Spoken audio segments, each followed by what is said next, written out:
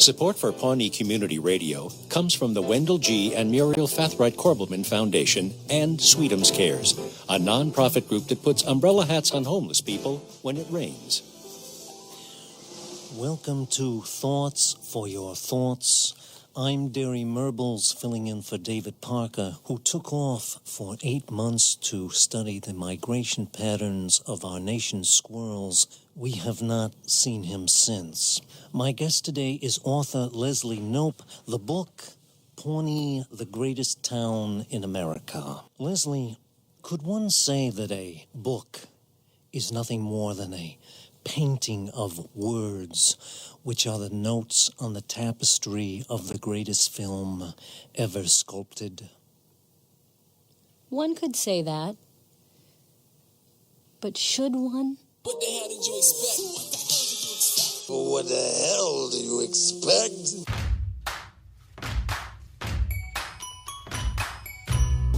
I promise you, the Meat Mountain is rated R, pending X.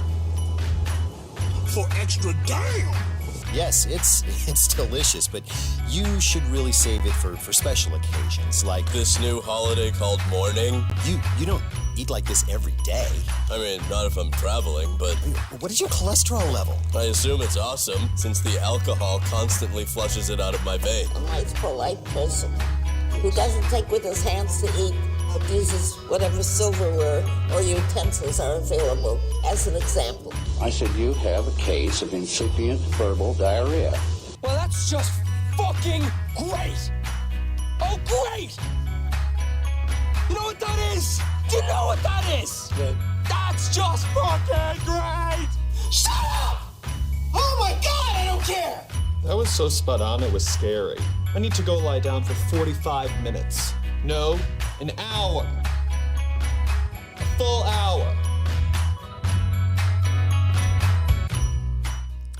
Well, hello and welcome to another episode of What the Hell Did You Expect? What's up? Are our buttons on? Yeah, no, they're working. I tested it earlier. They're totally not indented. Yeah, That's but so weird. but I can hear you when you're speaking right now. I can hear me. Colin, don't be paranoid about this. I checked it earlier. It's working. A show in which we start out by you talking about the equipment. Yeah, guilty. Okay. No, keep talking. What were you saying? How much do you weigh this week? Welcome to What the Hell Did You Expect? I'm your host, Kevin Ryan. This episode is number 31 in a collector's series, and this week I am weighing in at 194 pounds. We've got an interesting show for you today. We were going to have Aaron on as a guest host because Colin just got back from con, but instead Aaron was pretty sick and Colin was just like, yeah, fuck it, I'll come down anyway. So we're kind of just going to throw a show together tonight. Not as if that's something unusual for us. That's what we do every week. I'm the guest host for the guest host. So that makes me the original host, I guess. You're filling in for Aaron, filling in for you. Exactly. Yeah, we've created a parabola. It's great. Hi, guys. Hi, viewership. I'm fucking exhausted. I went to SoccerCon, which is a giant anime-ass convention in Seattle this weekend, which is a long way away from where we are right now. Almost 3 whole hours. Very long. And I am jimmy jammed with all of the sleep deprivations and the things. And oh boy. Yeah. Yeah, how was con? Con wasn't an interesting amalgamation. Actually, I'm sorry. Like, one of the reasons I was almost like... I was actually funny, because about half an hour ago, I was like, wow, I'm so glad that I'm not going to be on the show tonight. Before you texted me being like, Colin, get down here. Because, actually, we ran into some financial bullshit with the hotel, and I have really? like a $800 charge on my credit card right now that the hotel put there that wasn't supposed to be there. So I am wading through pages and pages of bureaucratic ass right now trying to get them to refund me, which they have already agreed to do. But unfortunately, the processes for such are long and tiring, and I just want my money back, goddammit. Yeah, that sounds really fucking annoying. Yeah, it is. Turns out you need 2 credit card authorization forms for 2 different rooms as opposed to 1, just covering... Because the school was going to pay for our hotel, because we get budgeted by the school. Right. Because we're part of the student and activate something committee, whatever. And we get money, and they're paying for our hotel. But then, like, pure bullshit happened, and now I have to go talk to our finance coordinator again tomorrow. And, like, I called a bunch of people tonight, and, like, thank God hotels run 24/7 because there are actually people there for me to talk to at 7 at night. But that's great. Oh my God, it was just it was very scary. Yeah. Other than that, Con was delightful. Yeah, I hung out with some people I liked. I spent a lot of time with some good friends. I met I didn't really meet, but I went to a panel where Johnny Young Bosch, who is a voice actor and played the Black Power Ranger in Mighty Morphin Power Rangers, just sort of we got to the panel, he started throwing candy at people and answering questions about his like career, so that was fun. I went to a thing called Iron Artist, where it's like this like panel at 10 at night where you get on stage and you draw naughty things in 5 minutes based on prompts you give. Like, for example, I was tasked to draw Kardashians from either the musicians or the Star Trek characters in a hotel cafeteria while involving the the Dead Parrot sketch from Monty Python with sexy sushi in it. And I had 5 minutes to draw that against 4 other people. I won, of course, but it was very exciting. Damn. It was really fun. Yeah, shit like that. There was like, and there's some people like who actually got called up on stage, tiny table, in these huge costumes that like they didn't have hand dexterity. Like, you know, like there's someone dressed up as one of the animatronic characters from Five Nights at Freddy's, and someone dressed up as a Pokemon. And trying to imagine what the hands on those costumes looks like, and imagine those hands holding pencils trying to draw on a stage in a panel full of 100 people. It was really fun. Yeah. I don't know. I went to the Cheesecake Factory, and the food was bad, but the milkshake was delicious because it was a friend of mine's birthday, so that was exciting. Happy birthday, Caitlin! Not that she's listening to this, but posterity's sake. Should we do the happy birthday? No! No, I am not. No, please, Kevin, okay. no. We won't do it. I bought a furry pink sheep stuffed animal. Its name is Jelly Beans. I am happy. Cool. I didn't actually buy a lot this year. I was like, because the exhibitors hall is huge. It's full of all this anime crap and like figurines and toys and lots of like pornies and stuff like that. Lots of pornies? Yeah, like do you know what a body pillow is? Yeah. Okay, well there were those, and there was like just hentai mags in some of the corners that like were like 18 plus and like knocked off, whatever. And oh god, I'm so tired. But so I was just like, I wandered through the entire exhibitors hall before I bought anything this year, and that brought my like what I actually ended up paying from down. Like I usually spend like $300, but this year I spent about $100. That's good. On like all the food and all the stuff. So yeah, that was pretty cool. Cool. Yeah, those costumes, a lot of pretty costumes. What were you cosplaying as? I was cosplaying as Mabel from Gravity Falls. That's right. Yeah, and that went over pretty well. My friend of mine, Heather, was dressed up as Waddles the pig, and we walked around. I needed a grappling hook, but it was exciting. Yeah, and hotel breakfast is shitty, but but it filled my belly. What else interesting happened that I can talk about? I mean, without like weird, like I don't know, like people. Some of my so I was the chaperone kind of thing. Now I don't want to call it a chaperone because that makes the people I was chaperoning sound like 5-year-olds, but but you were chaperoning. But I was the Lewis and Clark authoritative representative there of like because I was leading the anime club from our college to this convention in Seattle, and there were 9 of us, and I was like, doing head counts and all that, and like, but I was also like the go-to guy, like if anything went wrong. So I had some shit go down that I'm not going to talk about, but basically, guys, if I tell you 3 months in advance that you can't have your random like friends from Seattle stay in our hotel rooms, then please don't ask me like on Saturday night at 1 a.m. with him in the hallway. Like, can our friend who's here? Like, oh, I'm sorry. Okay. I don't hate you guys. It's okay. I'm just tired, and that was an interesting story because I really don't have anything interesting to say. They're probs not listening. Probs not. But it's literally just like I saw costumes, I got stressed out, I got tired, I talked to people I love. Like, what else do you want to hear? I don't know. I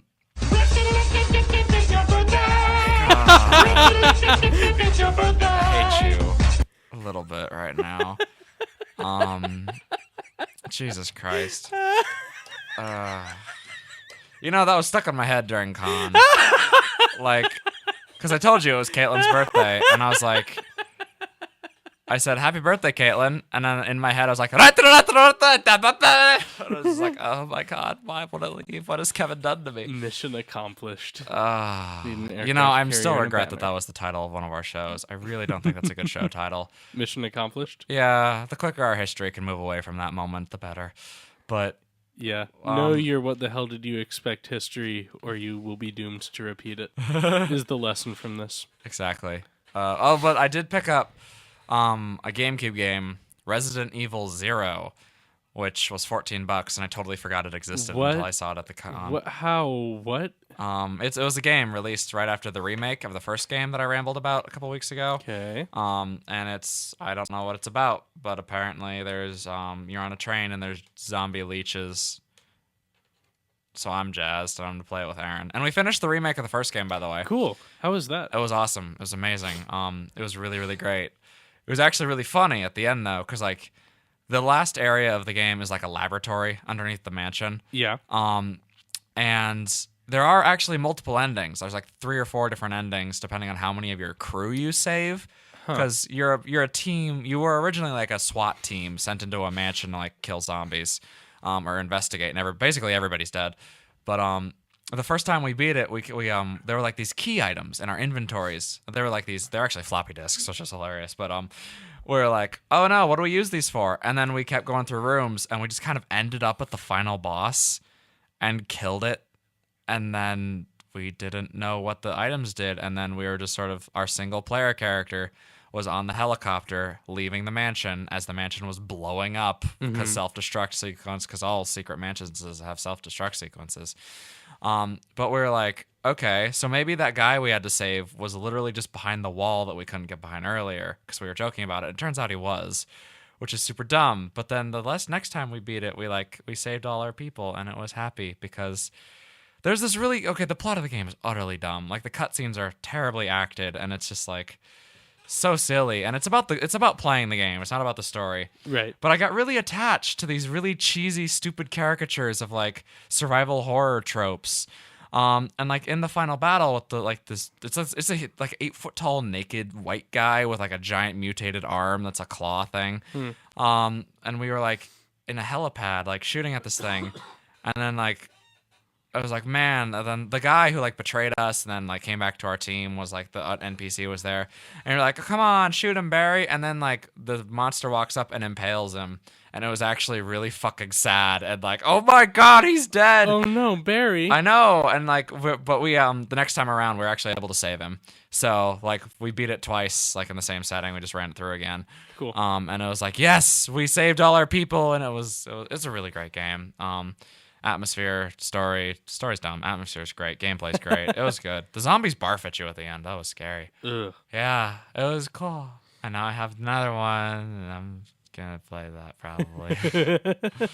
Dude, I can't like. Familiar. I'm just like I'm so exhausted, but I have so many things I need to do before tomorrow. I'm just like because usually I don't come to the show on the Sunday after con because I'm just like whoop boo boo boo, got to do ba do, readings to do, essays to things, signups, emails to answer. Because I had like 50 emails in my inbox when I got back today. Yeah, and I didn't look at any of them over con. So it's like when you're at con, you kind of forget that the outside world exists, and it's really nice because of that. But it's also because oh no, man, don't think about it. But it's like blah.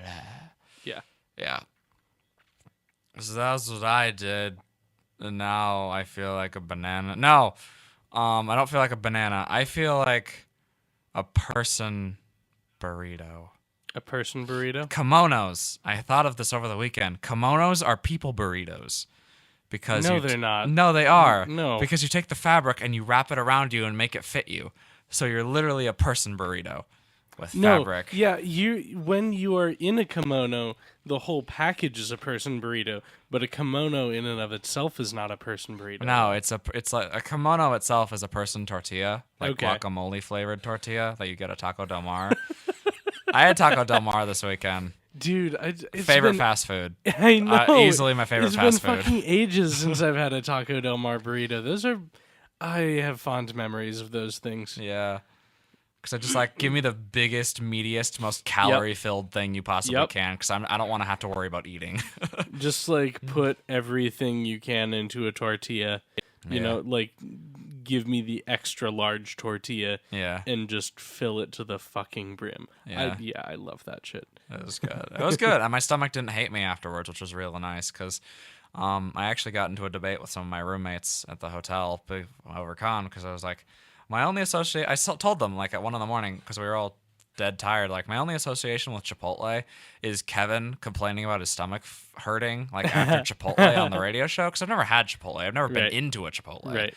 I just know, like, what do you get from Mexico? Oh, Taco Del Mar. And it's just like, well, what's that? Like, it's that taco place before Chipotle took over, you know? Yeah. Chipotle is like the slightly better kind of hipsterified version of Taco Del Mar. Yeah, it kind of looks like kind of modernist-y from the outside. Yeah, no, like the interiors are always really interesting. They're I think you would, I don't know if you would enjoy Chipotle, but I think it's an interesting experience to have going to a Chipotle, especially after having a lifetime of Taco Del Mar. Yeah. Lifetime. I haven't had one since the last time I had Taco Del Mar. Taco Del Mar. Taco Del Mar. No, Show title: Taco Del Mar. Taco Del Mar. Taco Del Mar. We already have a KFC show title. I don't want to do that again, but we might. The last time I had it was last year at Con. So it's just become a con thing. It's Taco Del Mar, because they have like in the convention center in Seattle, they just have that Taco Del Mar, and it's like, yeah, that's convenient. Although I'm totally gonna sidetrack this conversation. How was my art show that I didn't go to? Fucking awesome. Okay, dude. cool. Like, should we give people context? Yeah. So Colin is an art major, and for art major seniors, there's this senior thesis art show where everyone puts their big final thesis-y project up in the Hoffman Gallery, which is on campus here, and the deal is they opened on Friday while Colin was at Con. I was like, oh, I wonder where Colin's piece is. I walk in the door, it's right there. Yeah. Colin's is the first thing you fucking see walking right in the door. And oh my god, dude, that is like, that's an amazing piece of art. Thanks. I know I texted you and I said this, but it bears saying again, holy shit. I had to stand there. I could not peel myself away from it for like 20, 25 minutes. I was just staring at it, looking at different things on it, and like, oh, I think that's a reference to... You have something on there that looks like a reference to Avatar with like Ko the Face Stealer sort of at the top. There's a lot of inspiration from Avatar and Miyazaki in the piece. Yeah, no, I saw a lot of... I think I may have even seen... I mean, I might be wrong about this, but I thought I saw a Cowboy Bebop reference in there somewhere, maybe. But yeah, no, there's a lot of really cool stuff in there, and I really, really liked what you wrote in the program too about comics and creating narrative, and it just it speaks to me so much, and it's such a awesome art piece. My God, thank you. I'm glad it went over well. I wasn't there. I wish I had been. But Barry I Glassner, as I was walking in the door to the gallery, Barry Glassner and his wife were standing there talking to some woman who was standing behind the desk at the gallery. Yeah. And he pointed at your piece and said, "Who did that?" And the woman's like, "Oh, that's Colin's." He's like, "I like Colin's the best. That's a really good piece of art." And like I didn't hear this, but Anna claims that she heard either Barry or his wife say, "I would buy that." Ooh. Coming for you, BG. Get your wallet open, because that shit ain't cheap. Yeah. No, and I was walking, then I was walking around, like, looking at all the other art pieces, and I don't know shit about art. I don't know what the fuck I'm doing at art shows. Yeah. I don't know what to do. Yeah. So I just stand in front of a piece and look at it for like 5 minutes and then move to the next one. There are like 2 or 3 pieces where I was like, that's really fucking cool, and I stood in front of and like had to think about for a bit more, but most of the pieces I was like, okay. Next. See, that's so interesting to hear, because I haven't seen it yet. Like, I've only seen a couple of what my colleagues have worked on. Okay. Like, I've seen Robert's piece, which is the giant, that's monster really cool. fucking thing Black in front. Agnes. Which is awesome. Yeah. I've seen Kelsey's piece, but I haven't seen anyone else's. Kelsey's piece was really cool. That was another of my favorites. Yeah. Yeah. Robert and very Miko good. and Kelsey Gray. Look them up. They're great artists. Yep. But no, the show was really cool, and like a bunch of Eric and Natalie were there, and Anna was there, and Aaron was there, and like pretty much everyone was there, and like Adassa and her house, whole that's house. great. Yeah, fuck. Everyone well. was that was so cool. So yeah, no, and everyone was really enthralled by your piece, especially. Yeah. What's up? Like man, there was. I got into a bit of a discussion, and I kind of wanted to pick your brain about this. Yep, pick my brain. You'll get more honest answers, because I'm fucking tired. I got into a discussion with some of Adassa's friends after the art show, and they were saying, I forget which piece it was about, but the artist in the little thing in the pamphlet had written, so often these days art has to mean something. I don't want it to mean anything. It has no meaning. I'm just capturing a moment and trying to share that with the audience. And that got me thinking. Yeah, no, that was my first reaction. No, I'm okay. What'd you think? What'd you think? That got me thinking. I mean, first of all, like, yeah, that's a valid point. A lot of art, like, art these days does always sort of have to have meaning, and that is kind of annoying, I guess. But I guess it also got me thinking about, like, what really even would you consider art? And I know that's a huge fucking question. I swear we talked about this on the show before. I know we have, but I think it's a really interesting question, especially in this context, because the people I was discussing it with were saying that just completely takes the artist out of the picture. If all you're doing is capturing a moment, then it's just the audience in the moment, and the artist isn't in the picture at all. That's impossible. Okay. So imagine you're a writer describing something. Is the writer ever truly not there? No, because the writer still made it. Right. Like, even if you're a photographer and you don't use a fucking shitty camera, you're still the photographer standing there in the place you are taking the photo. Right. Like, you There's can still try something about the medium. Yeah, you can try and be invisible, but that's fucking impossible. Like, that's I think that's horseshit, but I'm also very volatile right now. Very much like a chemical equation. So no, that's good. I'd rather have you volatile for this conversation than peaceable and trying to be like, no, that's valid. I mean, I get the point, and I also completely understand the pressures of trying to create work that has quote unquote meaning.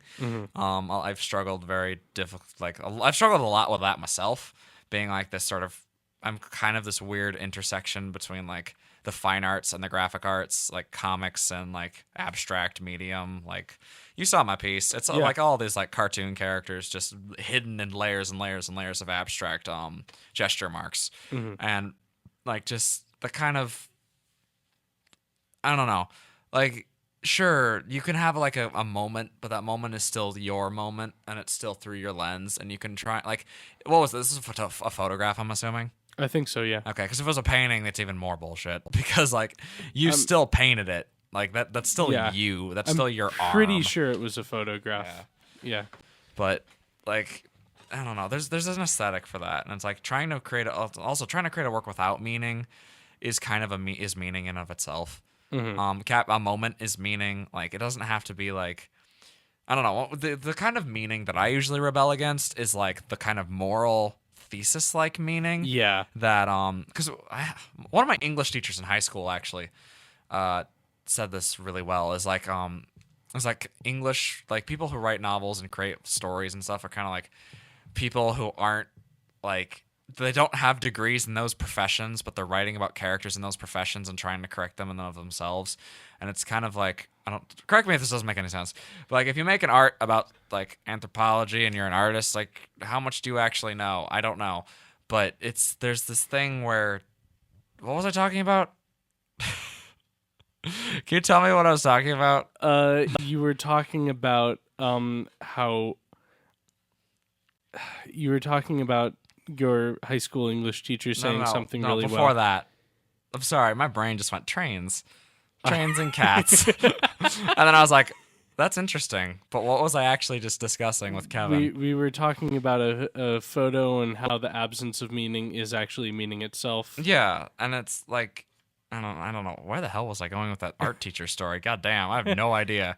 English teacher. Yeah, okay. But the point is, like, there's always gonna be meaning, and there's like oh yeah, okay. Actually, I have it again.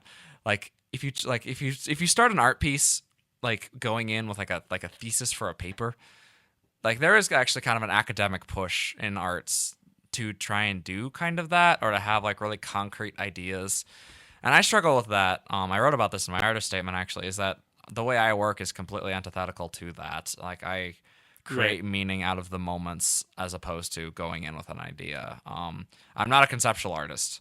I'm not a conceptual artist in the fine arts meaning of the word, not like I draw characters for a company kind of meaning. Mm-hmm. I don't just write out a bunch of rules, follow those rules, and that's the art. That's not what I do. Right. I make in the moment and I create, and it's like I get it, but it's also like meaning is a thing you can't escape, because if we're defining meaning as a way of like a lasting impact or an interpretation or like a message of some kind, even if that message is, God damn it, I love oranges and fruit. If you paint a bowl of fruit with a clarinet, right? Squidward style. Exactly. It's still like, oh yeah, that's a bowl of fruit. Like, who was it? Cezanne painted some really wicked ass landscapes and bowls of fruit. I mean, the subjects weren't interesting, but the way he did it really was. Yeah, definitely. Because like the blocky kind of like the almost cubist like color impressionism way he did about that was just so revolutionary. Sometimes you don't need an interesting subject to say something about paint. In fact, it's better if you don't have an interesting subject if you want to say something about paint. But yeah. That's my thoughts on the matter. I think the other thing too is that, I mean, this artist might have been partially right insofar as the whole I don't like meaning, I'm going to make something that just doesn't really have a meaning. You know, Ernest Hemingway, when he was interviewed once about his book, The Old Man and the Sea, you know, the interviewer asked, well, what does the fish mean? What about the man? What does the boat mean? And he's like, fuck off. The fish is a fish. The man is a man. The boat is a boat. There's no hidden meaning. It's just a story. Don't think about it. It is what it is. And that's so like, well, yeah, I guess. But I mean, there are so many very easily and beautifully well interpreted meanings that can come out of it that the reader is still going to have. So just because the artist dictates no meaning, or even if the artist dictates one meaning, doesn't mean that it is the meaning. Oh, yeah. The reader, the audience, can get something totally, totally different out of it. I was playing with that. Like, I'm pretty sure... I mean, okay, the title of my piece probably tipped a lot of people off, but I bet that, like, so many different people looked at my work and were like... came out of it with different interpretations and ideas and thoughts, and I tried to make a piece that was an experience in a lot of ways. Yeah. What's hence the scale, and the size and the layers and the like almost panel-like structure of the thing. But like I like Hemingway's quote, and I think I prefer to interpret what he said because I've heard that before, and I've read The Old Man and the Sea, and I really like that story, and I think it's like, because I don't know, the way I've always kind of read that is like there's this like. There's the kind of meaning where it's like it's about an old guy who is like, I don't know, he's trying to catch a fish. Okay, that's cool. But Right. it could also be about an old guy and his psychological baggage and what the fish means to him. Okay, that's cool. But then if you start It could trying be about Jesus, Yeah, okay, but when you start doing that, or saying it's about like the Cold War or something, Uh-huh. I don't know when it was written, probably like the 50s, 60s, whatever. Or when you say like it's actually about like the Byzantine Restoration, or it's about like it's about the War of the Roses or something. That's when I feel like that's the kind of meaning That's when it goes too that far. artists like to lash out against, because it's like that's dumb. There's no. Yeah. It's like, I don't know. There's like a tendency sometimes to go big. There's a school of thought where like, well, this reflects the culture in this way. It's about this, and in a lot of ways, yeah, sure, it is. And everything is a product of its own time. But like when you start making big allegories like that, it gets muddier and harder to deal with. I don't know. Yeah. I don't really know what I'm saying. No, that makes a lot of sense, though. I'm sort of butting up against that in my thesis a little bit, too, because I'm trying to, I mean, the tendency, what my department wants of me, more or less, is to be able to, from this one poem and my analysis of the way it deals with religion and law, to extrapolate and be able to sort of give an overview of what that says about, society at large, and how the 14th century was dealing with its religious debates. Yeah. Fucking, I can't get all that out of one poem. Yeah. It would be madness to try and extrapolate everything that our culture, has kerfuffles about just from watching, Keeping Up with the Kardashians, or, and any one piece of art. Sure, it's a product of its times, but that doesn't mean it's a perfect mirror image reflection of its times. See, I love that because my brain goes crazy with shit like that, because we only have a couple things, and a couple, I say, in proportion to the amount of things we have about ourselves now, about the 14th century in that particular time and place. Right. So, like, what if 1,000 years in the future, the only couple things they have, like, about our time now are, like, pulp novels from the 50s, Barack Obama's journal, and Pacific Rim? Yeah. Like, wouldn't that be, that's like, I don't know, that's so interesting. Like, just yeah, like, ooh, what happens? That's really interesting to me, too. Like, how would people interpret history, our history, given a very, very limited knowledge and limited sort of database almost of what we are. Fortunately, I don't think it's going to be a problem that there's not enough information. I think the problem would be that there's way too much information. Yeah. I think at our point in time, we've gotten so fucking good at storing information in the long run that's probably not going to be a problem. It's true, but we'll have to be really on top of it. Like, hard drives don't last for more than like 10 years, I think. So yeah, like, we're just gonna have to keep updating our shit, keep everything on the cloud. Like, we're gonna have to stay modernized and industrialized in order to do that. If we have like a dip in like civilization or something like that, and like what we can create and get out to people, we're gonna lose a lot of information. Because if we can't replace parts on like giant servers that are carrying like 4chan, for example, right, we're gonna lose all that, and it's gonna go away. So it's like, and all like backlogs and everything. Right. But like, Internet Archives are really good about that. But like, who's backing up those servers? Who's supplying those parts? And Sure. like, you have to go all the way down the chain and make sure you have a stable supply. Sure. Because like in the next 1,000 years, there's a high likelihood that something's gonna go wrong. Yeah. No, and I guess that's sort of like, what if the modern day version of the Middle Ages happened and we were just plunged, I guess more properly the Dark Ages, and we were just sort of plunged into a few hundred years where fucking nothing changes, nothing new happens, because basically all of the knowledge and technology just sort of is gone suddenly. Yeah, we have to scrape back to where we were. That would fucking bite. It's kind of apocalyptic. Yeah, it's probably, I don't know, like, I feel like the culture at large is definitely a little fascinated by that idea. I mean, look at all the movies about apocalypses we have. It's a lot of things. Yeah. There's a lot of... There's something about the notion that the world might end someday that's both extremely compelling and also really like fear-inducing too. Yeah. And I think it's that combination that makes a really good movie. I mean, think about all of the really great movies. Yeah. There's some level of oh my god, I don't know what's gonna happen. Yeah. That's both compelling and fearful. Even Casablanca had that. Yeah. Yeah. And Citizen Kane. I don't know, I'm just thinking of old movies right now. Like what? Like I don't know. Like ooh, what happens? What do you think? Oh, okay. Do you think it's going to be a big deal when we lose the Declaration of Independence? Like when that original piece of paper like goes to hell, or like somebody spills coffee on it, or not that that's going to happen, but No, it's paper. It's 350-year-old paper. It's going to go. It's going to be destroyed eventually. Hey, we have paper from 1,000 years ago. Fair enough. I have laid my hands on paper from the 14th century. Wow. Yeah. Okay. I mean, I understand what does happen when the Declaration of Independence like disintegrates. Yeah. But I've held pages of paper that are like 700 years old in my hands before, and they haven't disintegrated. So, like, it's gonna be a few hundred years before we have to worry about in the Declaration of Independence.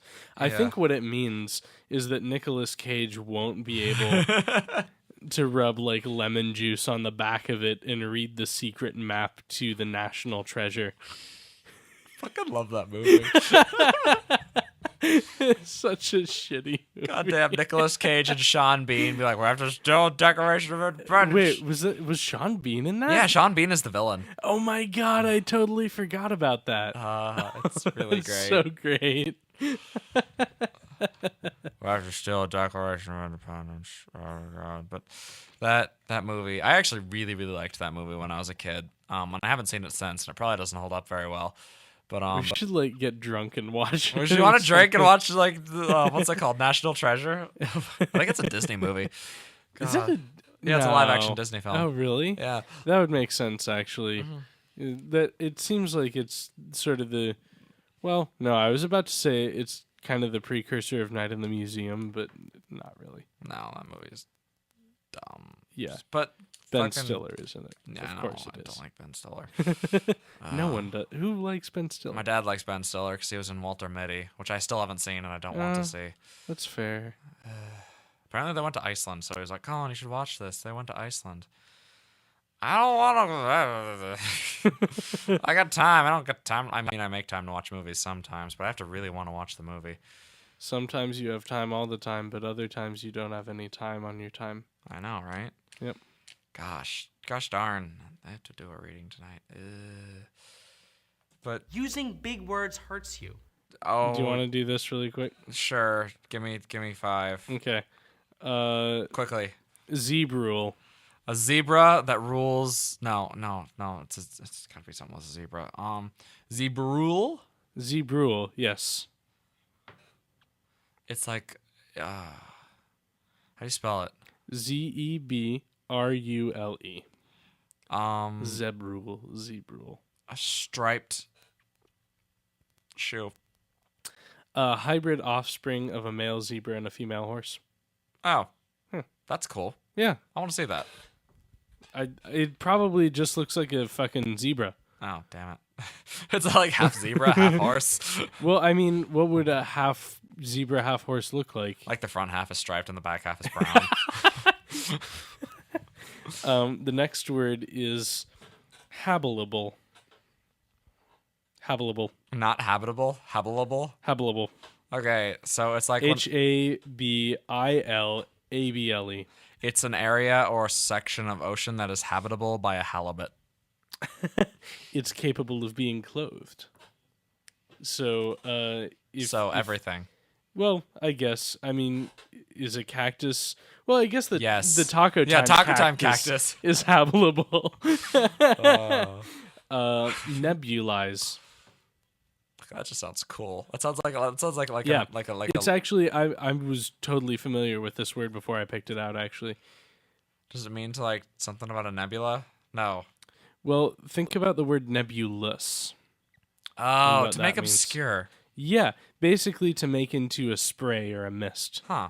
So you take, I mean, there's a machine called a nebulizer. Yeah. And when you have like really bad allergies and you're almost going into anaphylactic shock, you put some steroid liquid in the nebulizer and you turn it on and it turns it into a mist that you breathe in through a thing on your head. Huh. Yeah. Reminds me of the few times I've been put down with laughing gas. That shit is terrifying. Yeah? Yeah. You ever done that? No, well, I don't know. No, I wasn't. No, when I got my wisdom teeth out was the only time I was like out during any sort of surgery. Ah, you lucky fuck. And they did it. Well, they did it with an IV in my fucking arm. Yeah, that's scary too. It's more. It's so scary. Yeah. Because they told me, oh, you know, count down from 100 by 95, you'll be out. I got to like 90 or some shit. Yeah. I got below 90, I think, and I still remember like hearing part of their conversation while I was out. Like, I couldn't feel anything, but I remember they were talking about like the Real Housewives of Atlanta or something while I was out. Yeah. God. The fourth word is catch. As in to receive something in your hand when it is thrown at you? No, it is Ketch. Not kitsch, but catch? Catch. Ketch. It's like non-liquid ketchup. It's like solid ketchup. It's without the up. It's catch. It's just like powder. Yeah, powdered ketchup. Okay. Astronaut ketchup. Jesus Christ. No, it's a small two-masted sailing vessel. Huh. That's cool. Catch. Yeah. Saxicavous or saxicavous. That's a sexy word. Jeez. I feel flustered by that word. Saxicavous. Ooh. Very saxicavous of you, sir. Oh. It is of pertaining to a saxophone that is cavernous. Very saxophone. No, it just means rock boring. Huh. To bore in a rock with a drill. Like Big apparently. Bertha? Yeah. Cool. Yeah, Big Bertha is a machine that performs saxicavous activities. Hey, Big Bertha. How would you and I like to get a little saxicavous? I hope the audio picked that up. Yeah, it did pick it up. No, oh, God. Big Bertha. Let's go. Saxicavous. I think on that note, it's time for late night. Da da da da.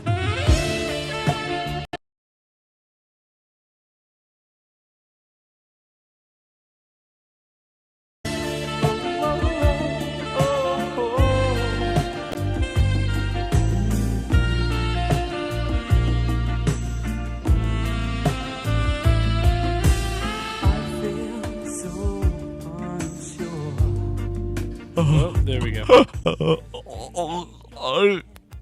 Sorry. I keep getting paranoid about this thing like rubbing against the other part of my arm. Like when I do this, I keep getting paranoid. Yeah. I should actually explain that for people Kevin has who are a listening. mad tat. Yeah, I got a tattoo today, which is in Middle English. It's part of the poem that I've been working on for like the past year and a half, yearish. And yeah, it's really cool, but it's kind of new. It only took an hour actually. Oh, this that's whole cool. thing, it's just like a line of text that's curving around my bicep, and it only took an hour. Yeah. It actually also wasn't that painful. Like it felt like at worst it felt like someone was sticking a needle about like a millimeter into my skin. Huh. Interesting. Yeah, and at best, it felt like a cat was just lightly scratching at me. Yeah. Huh. It was really cool. Yeah, it looks red.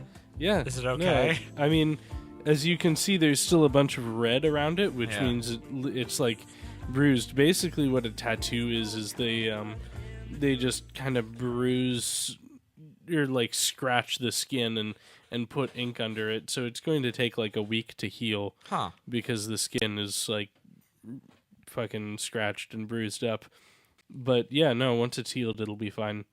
And you know, for the interim period, I just have to like basically not get it wet and like wash it occasionally with a lightly damp washcloth. Or So how are you gonna shower?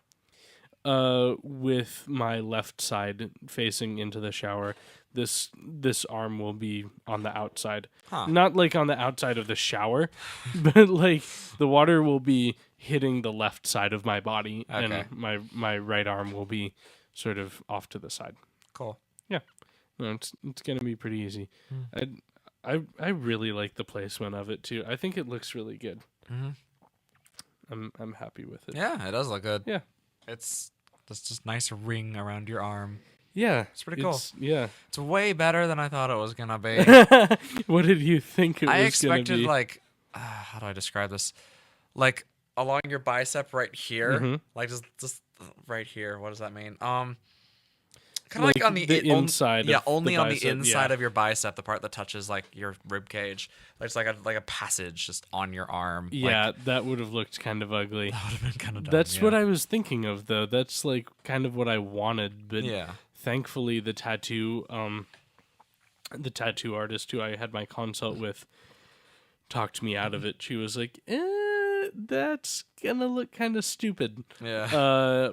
Also, there's not enough room to write, because if the letters are too small, they're going to just like fade and blend together, and you won't be able to make out what the text says in a year or two. Yeah. So these letters are big enough that they'll stay for a while. Cool.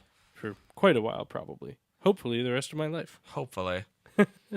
Well, you're in luck, Kevin, because the rest of your life is like 4 years. Oh man, you get eaten by a whale. Like, fucking, what's the one guy who got eaten by a whale? Ultron. No, I was gonna say Jonah from Pinocchio. the Bible. Geppetto. Robert Downey Jr., who is playing Geppetto in a new Pinocchio movie. What? Yeah, that's happening. Wait, who's Geppetto? The guy who builds Pinocchio in the Pinocchio story. Okay. Who gets eaten by the whale at the end. I've literally never seen Pinocchio. Does Pinocchio get eaten by a whale? Yeah, dude, you should see that movie. It's rad as fuck. Really? Yeah, it's like the third Disney film. It was released in the early 40s. Yeah. Yeah. It's really about a good. little kid whose nose is made of wood. It's a dark movie. Fucked me up as a kid a bit. It's Oh, really? creepy. Yeah. Oh, It's yeah. real creepy. Like, this old man kidnaps a bunch of, like, 8-year-old boys on an island and, like, injects them with shit that turns them into donkeys and then sells them into the slave trade. Oh my god. Yeah, it's in a Disney movie. Well, I mean, Walt Disney was a little bit interesting. Yeah, he was. He had some very strange tendencies. Like a young 14-year-old maid surrounded by 7 old men. Disneyland is also fucking, like, they are hardcore. They crack down so much on, like, anything happening. I remember when I was there in 8th grade, like, we were there because our marching band got invited to play in the parade. So we were, in backstage Disneyland, which is really, ooh, and it was, like, it looked absolutely shitty. And, we saw, like, we saw two of the mascots, like Mickey with his head off. Yeah. And it was, like, this 50-year-old Albanian guy smoking a cigarette. And, Yeah. And, like, I remember my dad took a photo or two on his phone. And, like, someone kind of appeared out of nowhere and was like, delete those photos. And then disappeared back into nowhere. And he deleted them, and, like, apparently, I think some other kid on the trip took a ton of photos on a disposable camera that he put in his pocket. Yeah. And before we were allowed to march out and into the parade, like, someone frisked him and took his camera and just, like, never gave it back. Wow. Jeez. That's scary. Disney cracks down hard. Have you told the story on the show before? I don't think I have. I don't know, because I've heard it before, but I don't... Yeah, no, Oh my I've gosh. definitely told this story to you before, I think. But I don't know. Like, we're getting to the point where, like, did we say that on the show? I don't remember. Maybe? know your what the hell did you expect history, or you'll be doomed to repeat it. Exactly. I haven't listened to, like, one of our shows in hindsight in, like, forever. Oh, really? Yeah. I do that about every other week. Maybe I just like the sound of my own voice too much. Maybe. I don't know. I like the episodes where my voice isn't breaking the microphone's noise, that would be great. No, I listened to last week's episode just because I wanted to show Adassa that, hey, listen, you did really well. Yeah. Because she didn't believe me. She was like, because as we were driving back home, I was like, yeah, we might have you on again. Yeah. Before the semester's over. And she's like, really? You would have me back on? I was okay. And I was like, yeah. I mean, to be fair, the bar is pretty low. It's us. Yeah. We need to get Lee back. Yeah, we should get... And also, we need to get Lydia on. Yeah, Lydia hasn't been on yet this semester. Lydia hasn't been on at all. And I think we should get her on because she needs to play Google or Colin. Yeah. Because right now, somehow Adassa is winning at 4 out of 5 on Google or Colin. So... I feel like because Lydia and I live together, she's been exposed to more of my sort of pacing through our living room, like at 1 a.m, just sort of babbling about things sometimes. Right. So she kind of understands more of the things that I say when I'm bored. So I bet she'd do pretty well. Yeah. But the thing that it would take to beat Adassa's score is a perfect 5 out of 5. She could tie it. Do you think Lydia could get a perfect 5 out of 5? Maybe. Depends on how hard you make the questions. Yeah, that's true. Oh, so the other day was Passover. I heard about that. The Jewish holiday of Passover. Lydia's... No, that's not... Lydia did something all week, Easter is today. Yeah. It's Holy Week. Yeah. But... So for Passover, I went over to Adassa's house, or I guess her sister's house, and we had Passover dinner and everything. And is that like latkes and stuff? No. Okay. That's there's a few different parts to it. There's the matzah and a few other things. Is delicious. Yeah, we had matzo ball soup. Her mom makes the best matzo ball soup. Oh my god, it's fucking amazing. Yeah. Anyway, so yeah, we had a really good dinner and stuff, and Adassa challenged me. She's like, I challenge you to the Passover diet. I'm like, okay. For how long? 8 days. That's as long as Passover lasts. Wow. So it's 8 days where not only am I doing the Passover diet, but I'm also going full on kosher. So that means... Here are my restrictions for the next 8 days. I'm not eating any pork products. I'm not eating any shellfish or bottom feeder fish. I am not eating any dairy and meat in the same meal. I am not eating any leavened breads. I am not eating any wheat, oat, grain products in general, basically. So what's left? A lot, actually. Fruits and vegetables and... Fruits, vegetables, meats, dairy. As long as you don't mix the meat and dairy, that's fine. So potatoes, you can't have a ham and cheese rice. Sandwich? Right. Okay. Well, I mean, you can't have ham anyway. Oh. Because it's a pork product. This is hard. You could have... Well, you couldn't have a sandwich either because that has bread. Oh my god. But there's rice. You can have rice. You can have potatoes. There are a few starches that are left. Fair enough. Sandwiches are my favorite food. Except for pizza and ramen and pho. So, I don't know how I could live without cheese and meat and bread all on one thing. Yeah, I can still have pho, though, because the noodles in pho are rice noodles. Ah, we should get pho. Yeah, we should get pho. I really want pho. We'll do that this Wednesday. I'm so tired. Fucking hotel. Give me back my body. Fucking hotel? Fucking hotel. Oh my god. Yeah. But yeah, so that's my diet this week. I'm excited about it. Cool. It's going well so far, actually. I made just a shit ton of curry. Yeah. The other day, and just curry and rice, and that's that'll do it. That's going well. That's working, and it seems to be okay as long as I just don't. The hardest one is not mixing meat and dairy. Yeah. That's the hardest. Because it's not even like, oh, you just can't have it in the same dish. It's like in the whole meal, you can either have a meat meal or a dairy meal.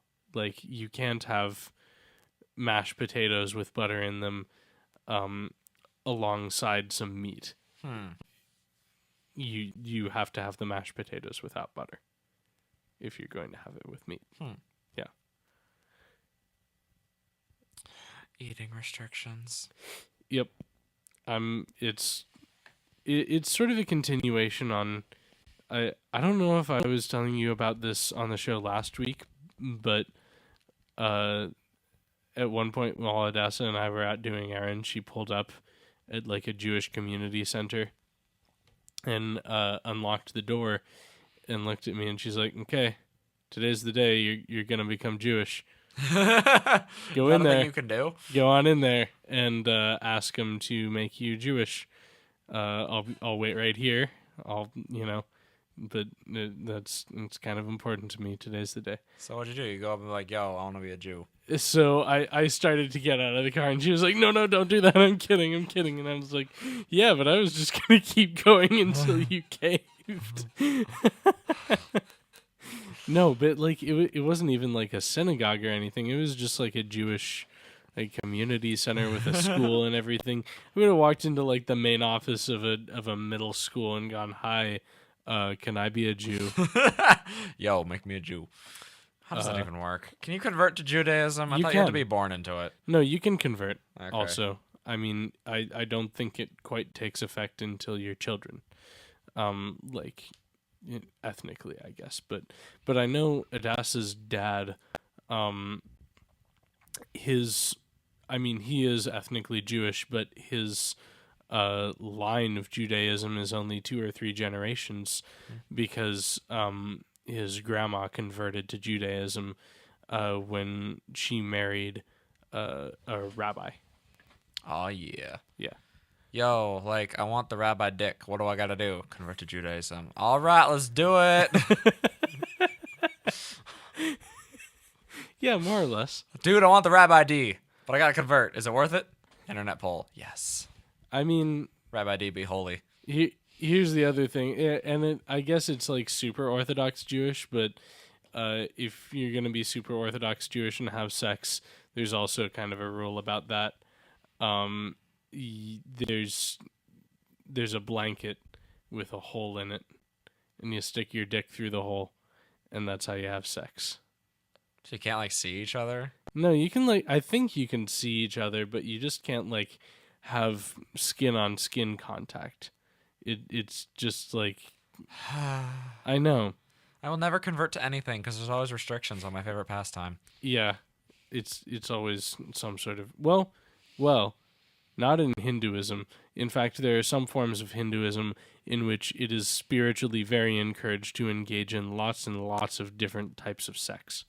BRB Hinduism. Tantric Hinduism. Yeah. Yeah. Yeah, it's interesting. But no, I mean, and this weird blanket thing is only like for the most Orthodox Jewish. Doesn't that make it hotter? Yeah. Like, you get pretty sweaty already, but then like if you have a blanket between, like, man, this is too hot. I mean, maybe it's not like a blanket, maybe it's a sheet or something. But maybe it's like one of those dental masks